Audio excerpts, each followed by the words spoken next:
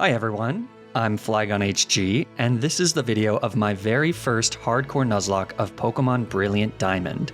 To see what I define as Hardcore Nuzlocke rules, check out the description below. But in short, no items in battle, no overleveling past the gym leader's ace before the start of the battle, and we're playing on set mode. It's been a few weeks since Brilliant Diamond and Shining Pearl brought us back to Sinnoh, and despite the non-stop complaints leading up to their release, they turned out to be pretty big sellers. When a new Pokemon game comes out, I like to make my first playthrough just a casual playthrough so that I can fully enjoy the games and experience it in its entirety before setting up a bunch of restrictions on which Pokemon I could use. But no one's interested in a regular old playthrough from an at-best moderately entertaining PokeTuber. People just want to watch me suffer. So I compromised and came up with a challenge that would hopefully be difficult and unique, but would still let me use a variety of Pokemon. In the weeks before release, I posted a link to a survey on my Discord, where people could vote for up to 10 Pokemon from the Diamond and Pearl Pokédex to ban for my playthrough. I told them that the Pokemon that received the most votes would be banned. What I didn't tell them is that instead of just banning the top 10 Pokemon, I would be using all of their votes to ban 50% of the Pokédex. Excluding legendaries, which are already banned in my playthroughs, and Pokemon from the Platinum Dex that you can only find in the Sinnoh Grand Underground, which I also banned, there are 66 evolution lines in the Sinnoh Pokédex. Over 200 people voted in the poll, and each of the 66 evolution lines got at least one vote. Both Raichu and Girafarig got one vote apiece. I guess there's someone out there that just really hates Raichu and Girafarig. 9 people also voted for Unown. Not sure why, but maybe the 9 of you can start a club or something. However, at the end of it, exactly 30 Pokemon received 12 or more votes, with Garchomp of course being the most voted for Pokemon with 140 votes. So all 30 Pokemon that received 12 or more votes were banned, in addition to the 3 Pokemon exclusive to Shining Pearl. This left me with 33 eligible encounters for this challenge, only 50% of the Pokédex. You could say the other half were just snapped out of existence. So it's going to be these 33 evolution lines that will have to work together to save the day. The Pokemon that were undervalued, underappreciated, and disrespected, the looked over and the tossed aside. Will this B-Squad be crushed under the weight of the challenge? Or will they be able to conquer all 8 gym leaders, take down Team Galactic, survive the Elite Four, defeat Cynthia, and become champions? This is the Pokemon Brilliant Diamond Snaplock.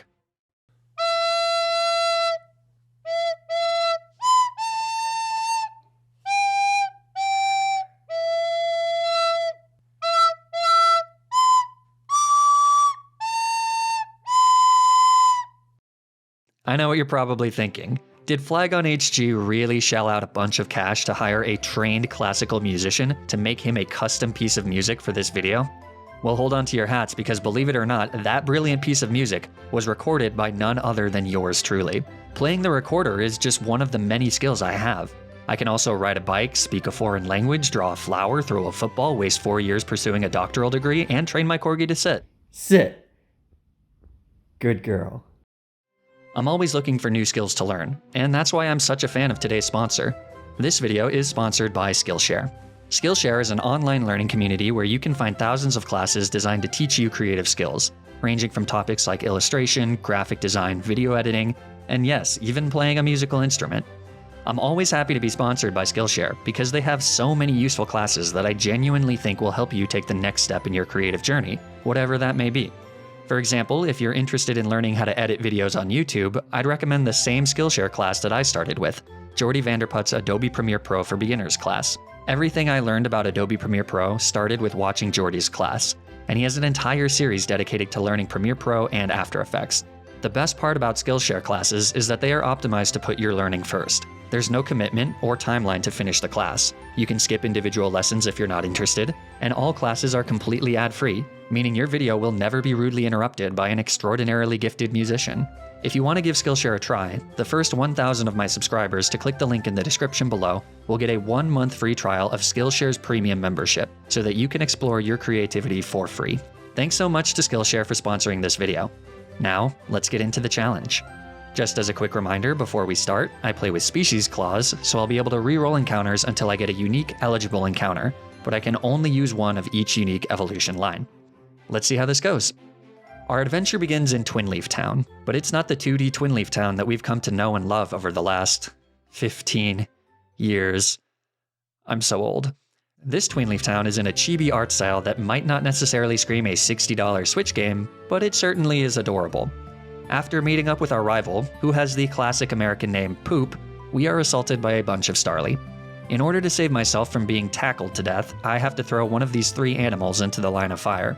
Normally, choosing your starter is a pretty important decision, but this time it doesn't matter much because all 3 of the starters were banned.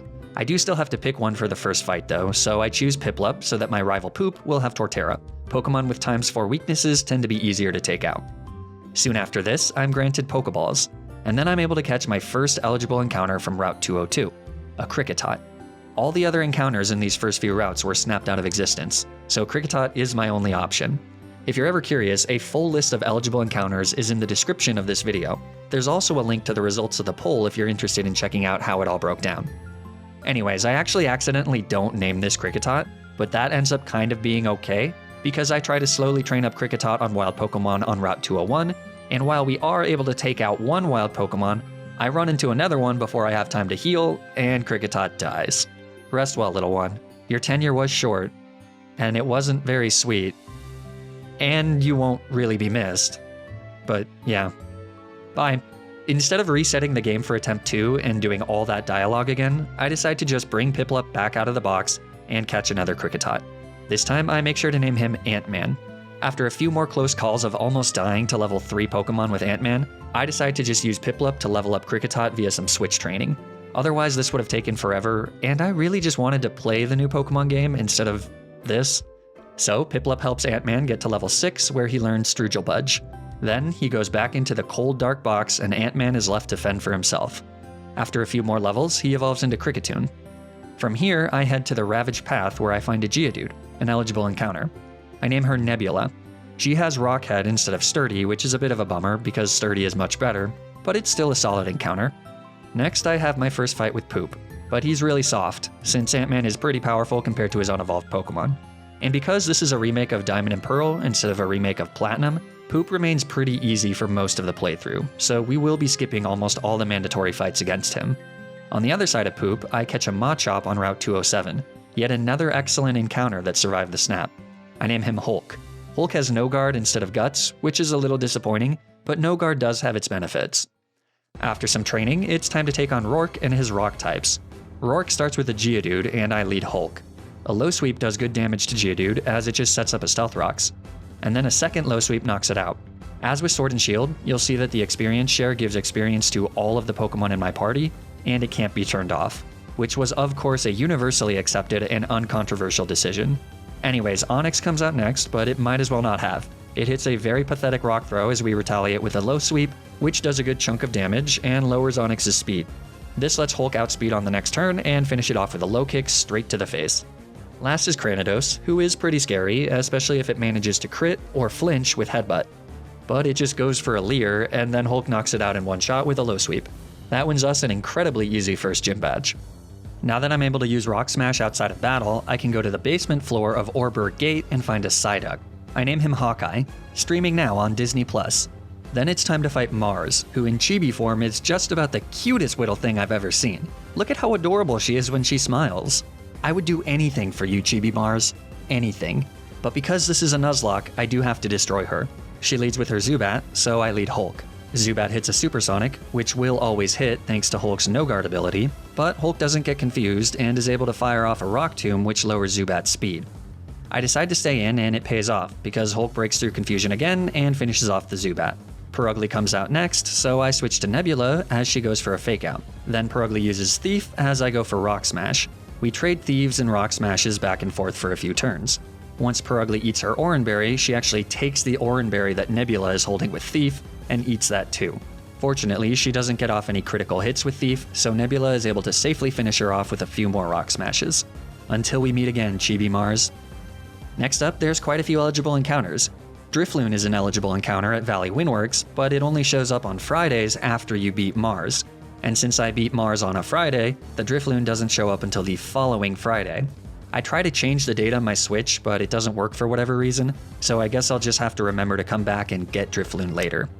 I do not remember. So I move on to Route 205. There's only one eligible encounter here, so I have to bypass the snapped Buizels and Shelloses until I find a Pachirisu. I name the proud world champion Rocket. Then I head to Eterna Forest. There's a handful of eligible Pokemon in Eterna Forest, including Buneary and Murkrow, but because this is still a Nuzlocke, I can only catch the first one I find. And that happens to be a Silcoon. Murkrow can still be caught later in the game, but that does mean no Buneary for this playthrough. I name Silcoon Rescue. In Eterna City, we get our first glimpse at Chibi Cynthia. Sure, she's cute, but not Chibi Mars cute. See you at the Pokemon League, you terrifying monster. In Mount Cornet, I catch the only eligible encounter I can get, a Chingling. I name him Wong. Then on Route 211, I catch a Hoot, and I name him Vision. And then I make my way to the Grand Underground, where I encounter a Cherim. I don't want to go off on a whole tangent on how I decided to handle encounters in the Grand Underground, but the short of it was I allowed myself to catch one single Pokemon in the Grand Underground as long as it was on the list of eligible encounters. Pokemon like Houndoom and other Pokemon in the Platinum Dex that you can find exclusively in the Grand Underground were not allowed, because I didn't include them on the original poll. So I end up encountering and catching a Cherubi. It's nice to get this here so that I don't have to try to get one from a honey tree. I name him War Machine. Then, after some careful training against the strong Pokemon in the Underground, Vision evolves into Noctowl. For some reason, Hoot learns Air Slash at like level 18, so as soon as he evolves, I waltz into Gardenia's Grass Gym and an underleveled Vision devastates Gardenia's entire team. Cherubi and Turtwig are both one-shot with Air Slashes. Roserade manages to outspeed and stun Spore Vision, but then he retaliates with a Pluck that lets him eat Roserade's Citrus Berry. Then Roserade uses a soft Grass Knot, and Pogtowel breaks through paralysis again and knocks it out with another Pluck. That was kind of embarrassing for Gardenia. So far, these gyms have been a total joke. After this, I backtrack to a honey tree in Floroma Meadows and I catch a Burmy. I name him Meek. Since he's male, he'll evolve into Mothim, which is just a worse Beautifly, so he goes into the box.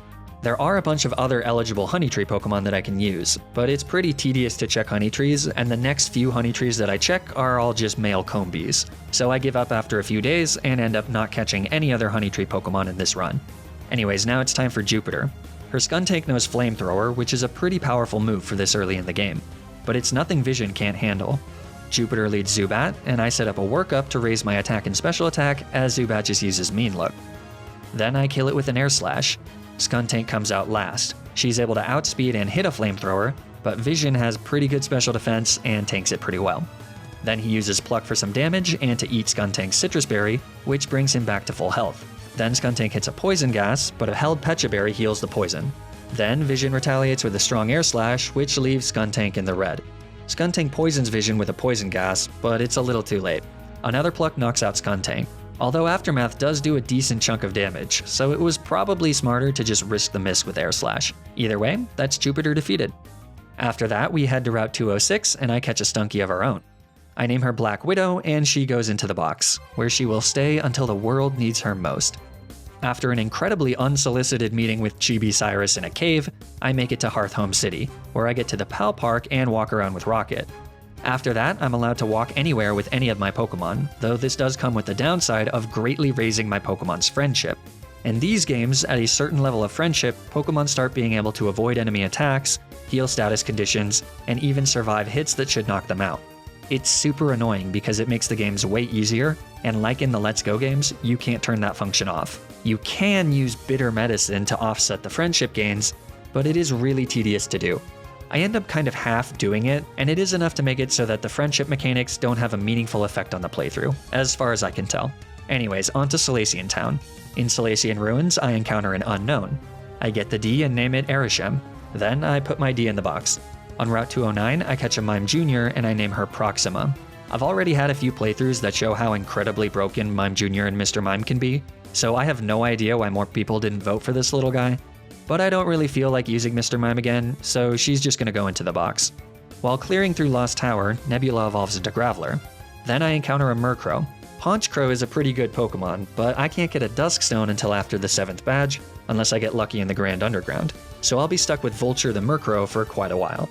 On our way to Veilstone, we have to fight Ace Trainer Dennis and Ace Trainer Maya.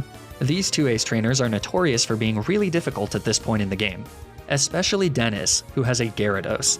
You'll notice that there's Perma-Rain on this route, which means that Gyarados gets a boost to its water-type attacks, which is pretty dangerous. At the very least, it means that Dennis's Monferno does very weak damage with Flame Wheel, so Rocket is able to knock him out with a few hits from Electro Ball. Gyarados comes out next.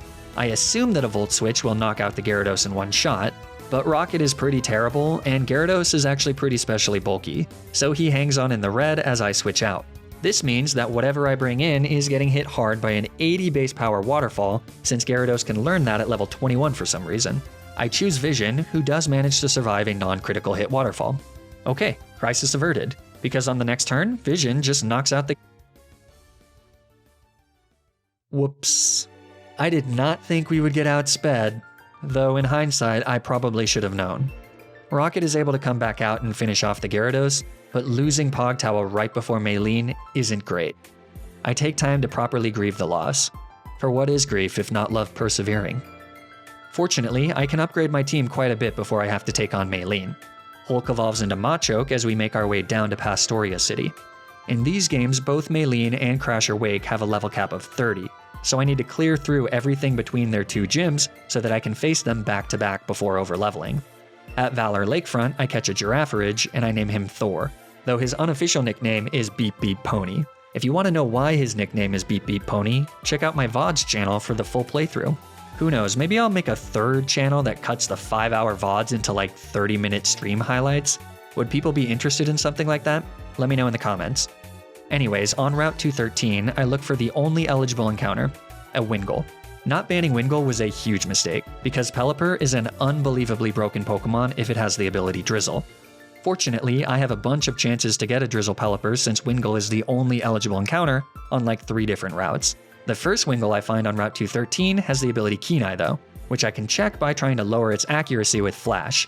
This means that when it evolves, this Pelipper will have Keen-Eye instead of Drizzle. So I just kill the Wingull. We'll try again on a different route. Then, in the Great Marsh, I find a Croagunk. The only 2 eligible encounters in here are Croagunk and Carnivine, so Croagunk is the better option. Luckily, it doesn't run away when I try to catch it. So welcome to the team, Captain Marvel. Next up, Wong evolves into Chimecho. And then we do something that I don't get to do very often in my Nuzlocks. I trade Nebula the Graveler and Hulk the Machoke with someone in Twitch chat so that they evolve. See, most of the time, I do my challenges on my Uncle Jim Tendo's special speed-up consoles that he got from working at Nintendo. But they usually can't connect to the internet, so it's hard to get Pokemon that evolve via trading. But recently, Uncle Jim got arrested for fighting a baby at a Wendy's, so he wasn't around to give me a special Switch, and I have to use my own regular Switch for Brilliant Diamond. No speed-up, but the bright side is that I can trade. So Nebula evolves into a Golem, and Hulk evolves into a Machamp. Pretty cool. Anyways, after some grinding to the level cap, it's finally time to take on Maylene. She leads Meditite, and I lead Wong. I wasn't expecting Meditite to outspeed, but she does, and she sets up a light screen, so she doesn't go down to a Dazzling Gleam from Wong. She then hits a very hard Drain Punch as I hit a Yawn to try and stall out turns of Light Screen. This ends up not being the best idea because Maylene's Meditite has a Light Clay, which extends screens from 5 turns to 8 turns. From here on out, all the major boss fights have Pokemon that hold items and are at least moderately EV trained. I guess things just went from stupidly easy to pretty difficult. On the next turn, I switch to Rescue as Meditite hits another pretty hard Drain Punch, considering we double resist it. Then the Meditite falls asleep. Then I switch back to Wong as Meditite takes her first turn of sleep. Unfortunately, she gets a 1-turn sleep and uses Flash as I retaliate with a Dazzling Gleam, which leaves Meditite with about 1 HP. Maylene uses a Hyper Potion as I hit another Yawn. Then I switch back to Rescue on a Drain Punch, and Meditite falls back asleep again. Then it's back to Wong for the first turn of sleep, and Light Screen finally wears off. Fortunately, Meditite stays asleep on the next turn, so a Dazzling Gleam just knocks it out from full health. Given that I was planning on one-shotting that Meditite before it could even get an attack off, this is already not going very well.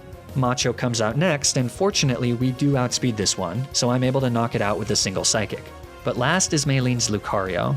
I don't really have much of a plan for him, but I start by switching to Rocket as he goes for a bulk up. That's scary. Fortunately, Rocket is just fast enough to outspeed Lucario, so I can hit it with a Charm to lower his attack before he gets off a Drain Punch, which does still do a bunch of damage. Time to dodge some crits. I use Nuzzle to paralyze Lucario as he goes for another bulk up. Then I use Charm again as Lucario hits a -2 Drain Punch, and Oranberry heals a bit of our HP. I'm predicting that Lucario will go for another bulk up now, so I use Charm one more time. Lucario does go for a bulk up, so now he's looking at -3 attack. I go for another Charm as Lucario goes for another bulk up. Now he's at -4. From here, I decide to start doing damage, so I hit him with a weak Thunderbolt. And then Lucario gets a critical hit with Drain Punch. Figures. That kills our little furry friend and brings Lucario back to almost full HP. Rest well, buddy. I bring in Wong, and I'm able to knock out the Lucario with a few Psychics, as Maylene just uses Screech and then a Hyper Potion.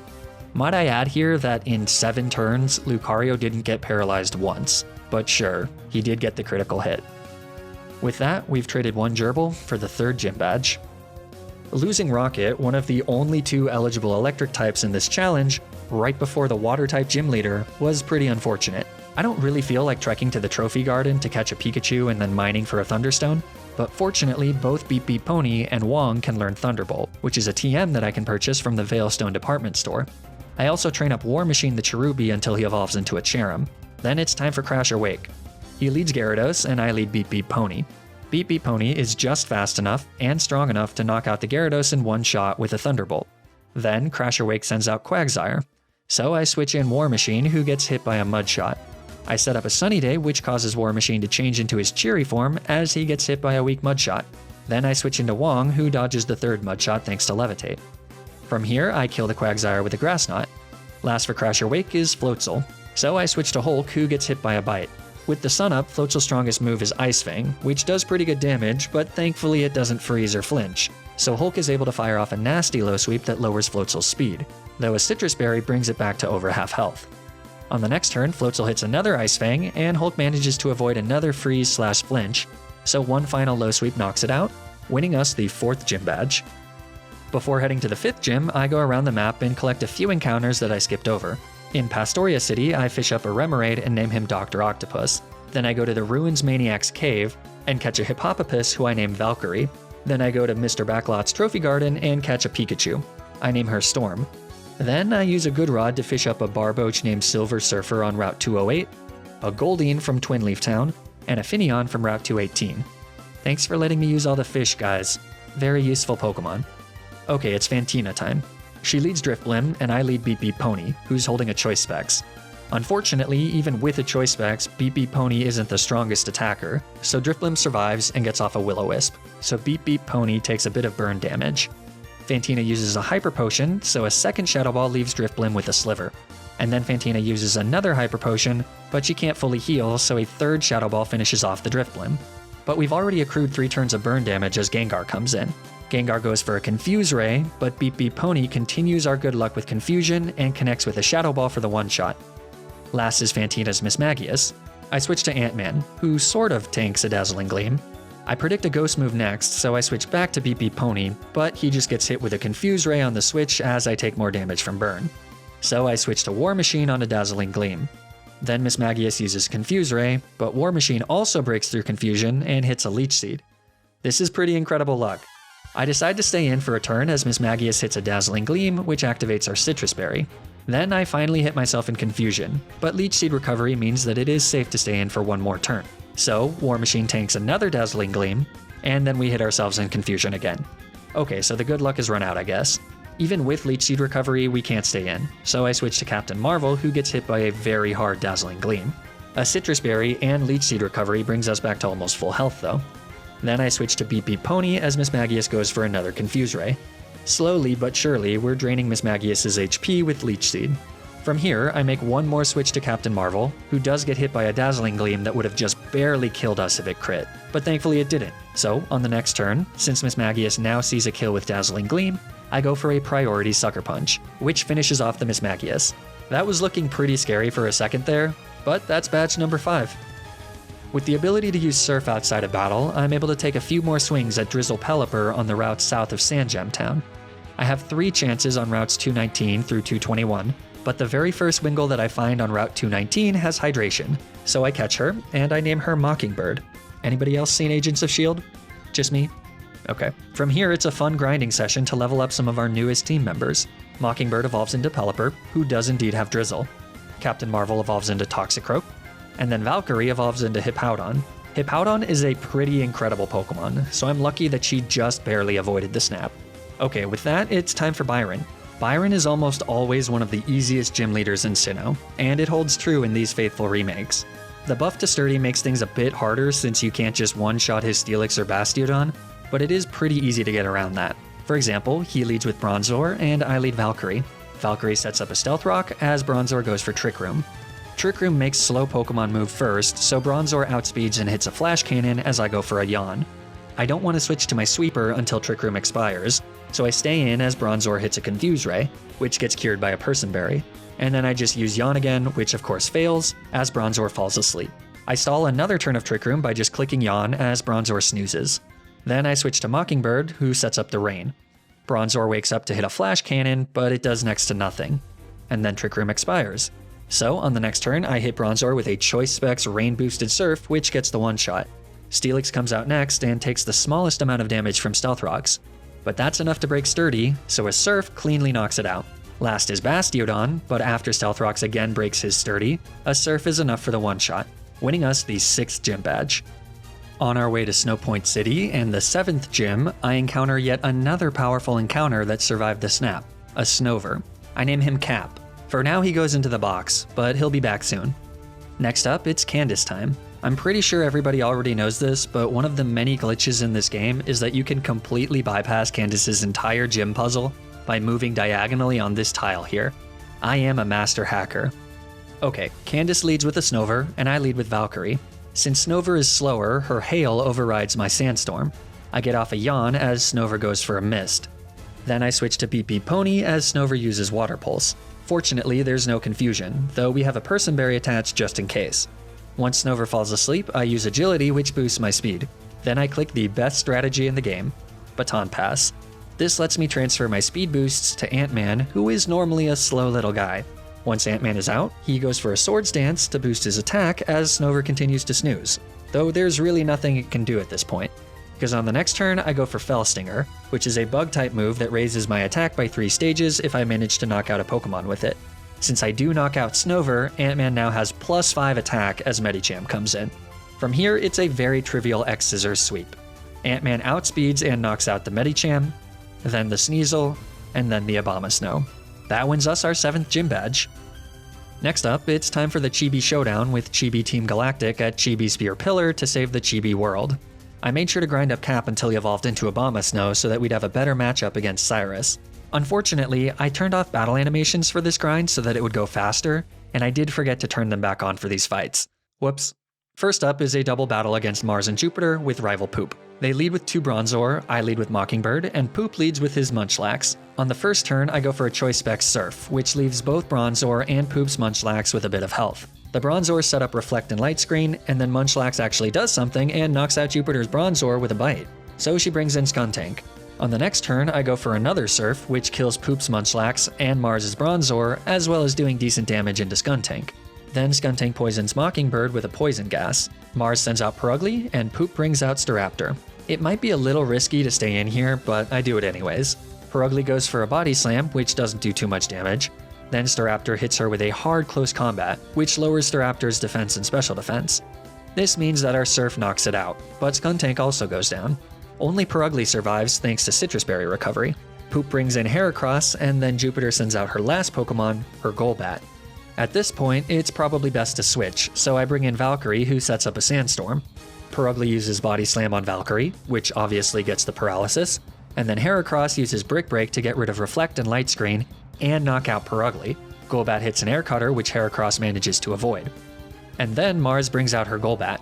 So on the next turn, Heracross uses Thief for just a little bit of damage.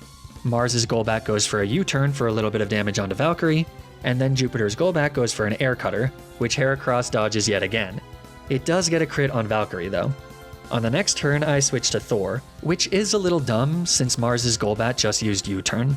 Jupiter's Golbat feints to another Thief from Heracross, and then Mars's Golbat uses Poison Fang on Heracross, which poisons it and potentially activates Guts. I don't know. But it doesn't matter, because on the next turn, Thor hits a Psychic to knock out Golbat, winning us the battle. That wasn't too difficult, but up next is Cyrus. His team isn't as difficult as it is in Platinum, but they did give him a few tricks to make things quite a bit harder, including giving his Gyarados a Walkin' Berry. The Gyarados is probably the scariest team member for us to face. He leads with Honchkrow. There's no pause between this fight and the last, so I still lead with Mockingbird, and battle animations are still turned off. Mockingbird outspeeds and one-shots the Honchkrow with Surf. Mockingbird does know Ice Beam, but the 1.5 boost from Rain and the 1.5 boost from Stab results in a 2.25 boost, which makes Surf better than a super effective Ice Beam. Like I said, Drizzle Pelipper is pretty ridiculous. Gyarados comes out next, so it's time for Cap to do his thing. He sets up the Hail and then tanks a Waterfall pretty well. Gyarados is able to outspeed us and hit a hard Crunch, which also lowers my defense. I do retaliate with a Blizzard that never misses thanks to the Hail, but because of the defense drop, I'm now at risk to a critical hit Crunch. So I have to switch to Hulk, who resists a Crunch. And that Crunch also drops my defense. But Hulk can probably, definitely, maybe, potentially survive one more hit, so I stay in. Gyarados uses Waterfall, which flinches me. Chibi Cyrus is a Chibi cheater. Also, if Waterfall had crit, it looks like Hail damage would have definitely taken us out. So not a great play on my end. Well, I decide to switch back to Mockingbird, who does get hit pretty hard by a rain-boosted Waterfall. Then on the next turn, I outspeed and knock out the Gyarados with an Air Slash. I don't love relying on a slightly inaccurate move like Air Slash, but I wasn't sure if Surf or Ice Beam would pick up the kill. Third for Cyrus is Crobat. In a stroke of sheer brilliance, Cyrus has given his 130 base speed Crobat a Quick Claw, so that it can now move first. It then uses this opportunity to set up Tailwind. An Air Slash does over half of Crobat's health. Then on the next turn, thanks to the Tailwind it set up, the normally slow Crobat outspeeds us and hits a Cross Poison. But then I finish off the Crobat with an Air Slash. Last for Cyrus is Weavile, but for some reason it doesn't have any Ice-type moves. So it's completely walled by Valkyrie, who tanks an Aerial Ace like it's a Nerf dart. Then Weavile goes for a Dig, which is about the absolute worst play that Cyrus can make, because we completely destroy it with an Earthquake, which does double damage to Pokemon underground.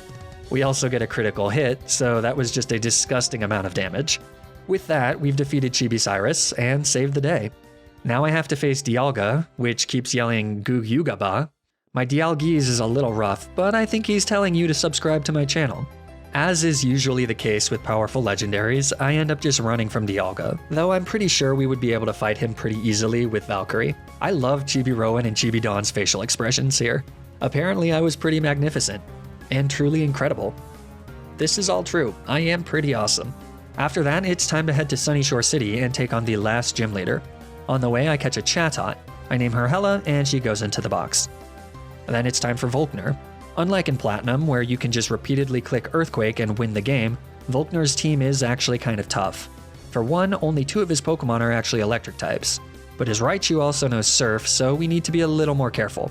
He leads with Raichu, and I lead with War Machine.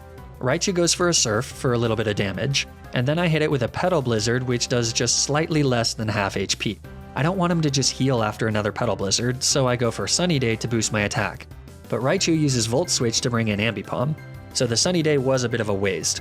But it does make War Machine so happy, so I guess it's not a total waste. On the next turn, I switch to Nebula, who gets hit by a light Fake Out. Then, all things considered, Ambipom actually hits a pretty hard Technician boosted double hit, but I retaliate with an Earthquake, which leaves him in the red. Another double hit leaves Nebula with just over half health, and then a second Earthquake finishes off the Ambipom. Raichu comes back out. So I switch to War Machine, who thanks to the sun being up and her special defense boost from Flower Gift, takes only 7 damage from Surf. Unfortunately, Sun fades this turn, so War Machine goes back into his bulb. Then Raichu goes for a Volt Switch and brings in Octillery, which I then hit with a Leech Seed. I'm not sure if we can one-shot Octillery here, and a critical hit from Octillery's Aurora Beam will definitely kill me thanks to its sniper ability. So I switch to Cap, who tanks an Aurora Beam. After some Leech Seed recovery and hail damage, Cap is able to outspeed and hit the Octillery with a Bullet Seed, though it only hits 2 times. Fortunately, Octillery just uses Focus Energy, so hail damage and Leech Seed recovery knock it out. Raichu comes back out, and then just goes for a Volt Switch, which brings Luxray out. Intimidate lowers my attack though, so an Ice Punch doesn't do much. I switch to Valkyrie as Luxray hits a pretty hard Iron Tail. On the next turn, Luxray uses Ice Fang, which of course flinches Valkyrie. Looking back at the footage, I'm not actually dead to a critical hit here, but I thought I was in the moment, so I just switch to Hulk, who gets hit by another Ice Fang. Luxray goes for an Iron Tail, and then I hit a Bulldoze. This lowers Luxray's speed and also activates his Citrus Berry. Unfortunately, even with the speed drop, Luxray still outspeeds Hulk. You can tell by the order that the Sandstorm chip damage happens. So I gotta switch to Beep Beep Pony, who thankfully tanks an Iron Tail, though it does get the defense drop. Fortunately, we are able to outspeed and kill the Luxray with a Psychic. And then last is the persistent Raichu. So I switch to Cap, who dodges a Charge Beam. And then finally, Raichu uses a Surf, and Cap retaliates with an Ice Punch, knocking it out and getting us the 8th and final badge. All that's left to do is the Elite Four. For those of you who don't know, the Elite Four in BDSP do not mess around. They all carry powerful items, almost all of them are competitively EV trained, and each member has pretty scary strategies and setup moves at their disposal. I'm not totally sure what I want my team to be at this moment, so I decide to go catch one final eligible encounter, a Mantike. I've used Mantike and Mantine in a fair number of my challenges, because they're such good Pokemon. If the one that I catch has Swift Swim, it might make for a useful team member paired with Mockingbird's Drizzle. Despite having a 10% encounter rate on Route 223, it takes me 13 minutes to find a Mantike. When I do eventually find one, I just throw a Master Ball at it. I name her Yelena, and she has Water Absorb instead of Swift Swim. Well, never mind, into the box you go. That was a total waste of time. Well, after an absolutely insufferable amount of grinding to get close to the level cap, it's time to have one last fight with my rival Poop. But because of the level advantage, this fight isn't as hard as it could be, but we do still need to be a little careful. Poop leads with a Staraptor holding a Focus Sash, so I lead Valkyrie to set up the sand and break the Focus Sash. But then Staraptor sets up Sunny Day as I hit it with a Yawn. On the next turn, I tank a soft close combat from Staraptor, and then heal back to full HP with a Slack Off. Then Staraptor falls asleep. So I switch to Cap on Staraptor's first turn of sleep, which changes the weather to Hail and breaks the Focus Sash. Then I switch back to Valkyrie as Staraptor wakes up and goes for another Sunny Day. I guess that bird really loves his sun. Then Staraptor goes for a close combat as I hit it with another Yawn. Then I tank one more close combat and heal with Slack Off as the Staraptor falls asleep for the second time. Okay, now we're ready to go. I switch to Beep Beep Pony on Staraptor's first turn of sleep. Then Beep Beep Pony outspeeds and knocks out the Staraptor with a Thunderbolt. Rapidash comes out next. It has Mega Horn, so I switch to Mockingbird, who sponges the hit pretty well. Then Rapidash goes for a Poison Jab, which poisons me, of course, and I get off in Agility. From here, I'm able to outspeed and one-shot the Rapidash with a rain-boosted Surf. Next is Heracross, so I get to show off yet another reason why Pelipper is such a busted Pokemon. Mockingbird hits Heracross with a Hurricane, which is a 110 base power stab flying move that has perfect accuracy in the rain. Yeah, Heracross gets one shot. Next is Torterra, which does have a fair bit of special defense investment. But Mockingbird has an Icicle plate attached, so an Ice Beam is enough for the one shot. Then Floatzel comes out. So I switch to Cap, who shrugs off a Brine and sets up the Hail. On the next turn, Floatzel outspeeds and hits a Crunch, and then I destroy it with a Wood Hammer. That just leaves Poop's Munchlax. So I switch to Hulk, who was brought in as a ringer to the fight in place of Ant-Man. He gets hit by a Yawn on the switch, but then a Dynamic Punch that always hits thanks to No Guard knocks out Snorlax in one shot. That wins us the final rival fight. With Poop flushed for the last time, it's time to take on the Elite Four. Here's our final team. I decided to make a last-minute roster change and bring Black Widow onto the team, who has since evolved from a Stunky into a Skuntank. I have been using a rotating set of Pokemon in the active team, but the remaining 5 Pokemon that make the cut are my 2 ponies, Valkyrie the Hippowdon and Beep Beep Pony the Girafarage, the trusty Waterbird Mockingbird, Cap the Living Tree Abomasnow, and of course the man who started it all, Ant-Man the Kricketune. Let's see if they've got what it takes to beat arguably the hardest Elite Four in the franchise. First is Aaron. Since the level spread of the Elite Four is so wide in this game, we've got a bit of an advantage here, but Aaron makes up for it with a scary Drapion waiting in the back. For now though, he starts with the much more manageable Dustox, and I lead Ant-Man. We start by setting up Sticky Webs, which is an entry hazard that lowers the speed of Aaron's grounded Pokemon by 1 stage when they switch in. It's a really amazing entry hazard.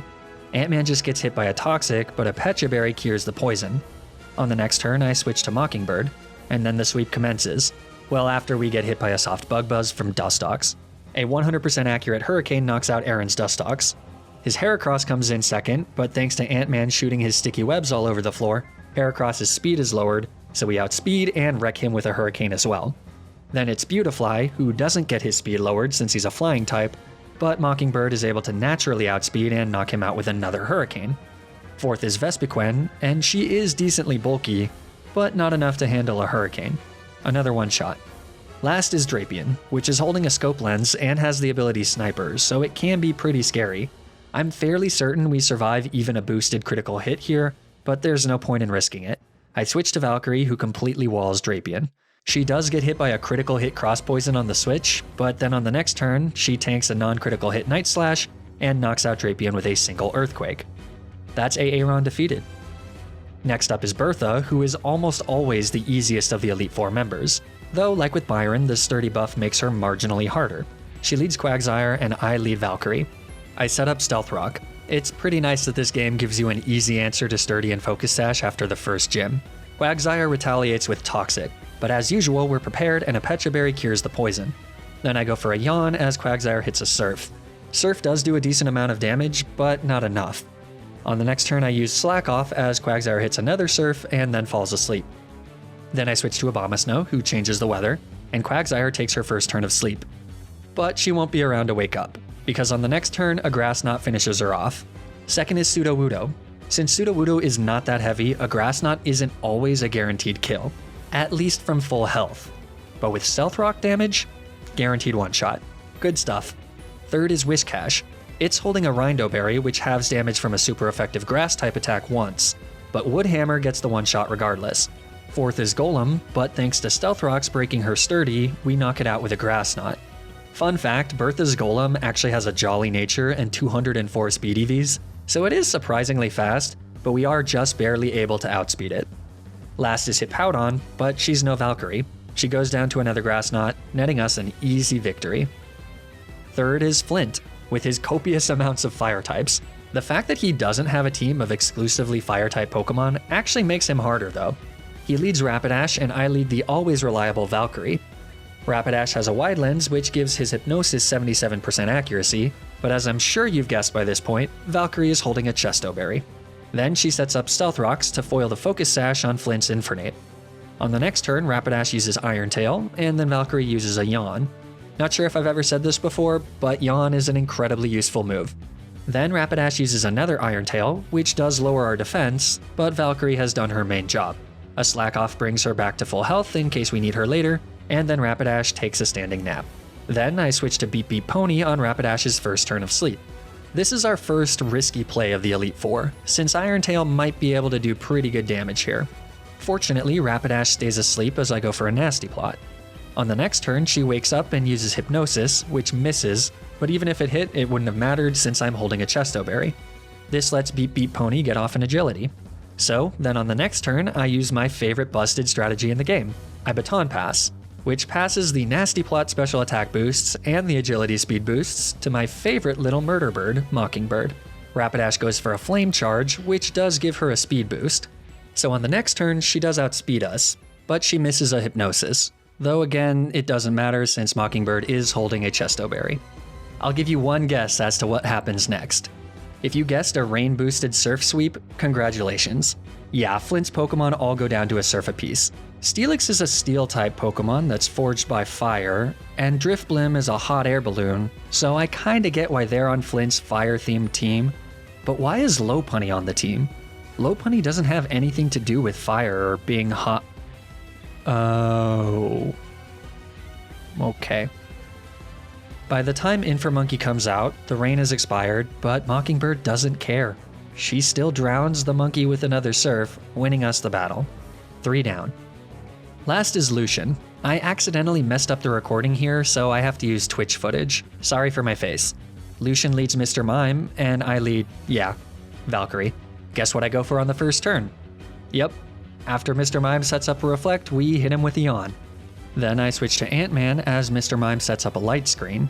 Then he falls asleep. I like that he continues to mime even in his sleep. The grind never stops. On the next turn, I hit Mr. Mime with a Strugelbouge, which does a sliver of damage, but more importantly lowers Mr. Mime's special attack. Then I switch back to Valkyrie as Mr. Mime continues to sleep mime. Then I just go for a Yawn, but Mr. Mime stays asleep, so it does nothing. On the next turn though, Mr. Mime wakes up and hits a pretty hard Psychic, and then we Yawn it again. Then I switch to Beep Beep Pony, who resists a Psychic, and Mr. Mime falls back asleep. I take it you see where this is going, right? I set up an Agility as Mr. Mime takes his first turn of sleep, and Leftovers keeps me healthy. And then I set up a Nasty Plot on the next turn as Mr. Mime continues to snooze away. Light Screen also ends, so now we should be good to go. I Baton Pass, but this time I go to our newest team member, Black Widow. Mr. Mime stays asleep. So on the next turn, we knock it out with a Sludge Bomb. Machamp comes out and is quite scary, but it doesn't get a chance to do anything because a Sludge Bomb knocks it out in one shot. Girafferidge is third for Lucian, but he's nothing like Beep Beep Pony. One Dark Pulse is enough to take him out. Alakazam is fourth. Funny enough, this Alakazam has a terrible moveset, so even if we don't kill it, it can't really do anything to Black Widow. But we do kill it. So last is Bronzong, but we just ring the bell with another Dark Pulse, which is enough for the knockout, netting us a win. That's all 4 Elite Four members defeated, but Cynthia the champion is by far harder than all of them combined. You know how I used baton pass strategies for the last 2 battles? Well, I'm gonna try and do the same thing here. The only problem is that it isn't quite as easy, since Cynthia leads with a Spiritomb and my baton passer is Beep Beep Pony, who doesn't like Dark-type moves. So I'm gonna have to play a little risky. Fortunately, Spiritomb has never given me any troubles in the past. Chibi Cynthia says her piece as a chibi pianist hits those terrifying chibi notes that send shivers down the spines of adults who were tortured by Cynthia's Garchomp so many years ago. And then, just like that, the final battle of the Snap Lock begins. Cynthia starts with her Spiritomb, and I lead Ant-Man. Ant-Man gets off of Sticky Webs, and then Spiritomb hits a very hard Dark Pulse. On the next turn, Ant-Man hits a Strugel Booge, which lowers Spiritomb's special attack. This lets him hang on from another Dark Pulse with just 12 HP. But sadly, our little bug's journey has come to an end. In order to get my victory, I need to sacrifice Ant-Man. He's been with me since the beginning, silently leading the team to each of their victories. Without him, I wouldn't have gotten this far. But out of the 14,605 possible outcomes of this battle, the only way I beat Cynthia is to let Ant-Man go down. So, after one more Strugel Booge, Spiritomb finishes him off with a Shadow Ball. RIP Ant-Man, you dearly-wopped better than anyone I knew. You were the best of us, and you will not be forgotten.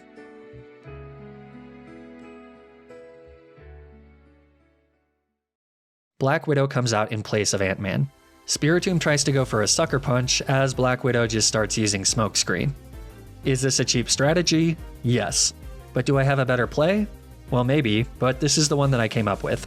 After 3 Smokescreens, I use Snarl to lower Spiritomb's special attack again. Then I switch to Valkyrie as Spiritomb fails a 5th and final Sucker Punch. Then Valkyrie hits a Yawn and Spiritomb misses a Dark Pulse. Then I set up a Stealth Rock as Spiritomb misses another Dark Pulse. Then I switch to Beep Beep Pony on Spiritomb's first turn of sleep. And then I pray. I start with a Nasty Plot to raise my special attack and Spiritomb sleeps. Great. Then I go for a second Nasty Plot, and Spiritomb wakes up, but it misses a Dark Pulse. With that, we're pretty much in the clear. I set up an Agility on the next turn, and then Spiritomb actually does connect with a Dark Pulse, but thanks to my held Colberberry, I think we would have survived even a critical hit. Then I use one final Baton Pass, letting me hand off Thor's metaphorical hammer of stat boosts to none other than Captain Freaking America. He dodges a Psychic on the switch. Then, on the next turn, an Ice Beam finishes off the Spiritomb. Second for Cynthia is Roserade, but she obviously goes down to an Ice Beam as well. Third is Gastrodon, so Cap mixes it up and knocks it out with a Grass Knot. Fourth is Lucario, and now we might actually have a problem. Cap has no way of hitting Lucario for super effective damage. At +4, with an Icicle Plate, and factoring in Stealth Rock damage on the switch, Blizzard has a 93.8% chance to knock out Lucario. If it doesn't get the kill, Lucario can kill Captain America with an Aura Sphere or a Flash Cannon. Had Lucario come out a few turns earlier, I would be able to use Protect here to get Hail Chip damage on it and guarantee the kill. But because Roserade and Gastrodon came out first, this is the last turn of Hail, so Lucario won't take Hail damage, and Blizzard will then no longer be 100% accurate. So there's nothing else I can do. 6.2% chance is not a lot, but I've been screwed by a lot slimmer chances before. So, Captain America fires off a Blizzard, and it's enough for the one-shot. Lucario goes down. Fifth is Milotic, so it's time to switch to another Grass Knot, which easily knocks her out in one shot. He can do this all day. But last is the thing of nightmares, Cynthia's terrifying, indomitable Garchomp. And this time around, the Garchomp has a Yache Berry, meaning she takes half damage from Ice-type moves. Hail is gone, so I can't count on Blizzard hitting. I gotta go for Ice Beam. Is it enough? We fire off an Ice Beam, and it knocks out the dreaded Shark in one shot, winning us the battle and the run. And just like that, the Snaplock is over. We've made it to the Hall of Fame, and the world has been restored to its overpopulated state. This was a really fun challenge, and I loved getting the community involved in choosing which Pokemon to ban. I'd love to do another Snaplock in another game, so if you want to be a part of deciding who to ban in those challenges, be sure to join the Discord channel linked in the description below. I don't think I've ever done a Nuzlocke of a brand new Pokemon game as my first playthrough, so this was a pretty cool experience. As far as my thoughts on Brilliant Diamond and Shining Pearl are concerned, there's too much to say about them in just an outro. But overall, I really loved how challenging they made the boss fights, and I think the updated movesets make a lot of Pokemon much more viable. So I enjoyed the experience quite a bit. They are by no means perfect games, and the biggest criticism I have is how difficult and glitchy it is to control your character in the overworld. But all in all, I'm glad I tried them out. I hope you enjoyed the video. In case you missed it in the last video, this week is the 1-year anniversary of my very first video on YouTube. It might seem like a year has flown by, but that's actually because only like 40 people watched my videos for the first 4 months. But I seriously cannot thank each and every one of you enough for all the support and encouragement. I'm still learning and I'm still growing as a content creator, and I'm so lucky that so many people are along for the ride. If you enjoyed watching, please like the video and subscribe. Or don't, I don't know. But I do know that you should follow me on Twitter and Twitch to keep up with streams of my future challenges. And you should also join the Flygon HG community Discord, where you can discuss Nuzlocking and make recommendations for future challenges. As I said, the link is in the description. Stay tuned for more Nuzlocke videos, and until then, remember to always, always, always play around the critical hit.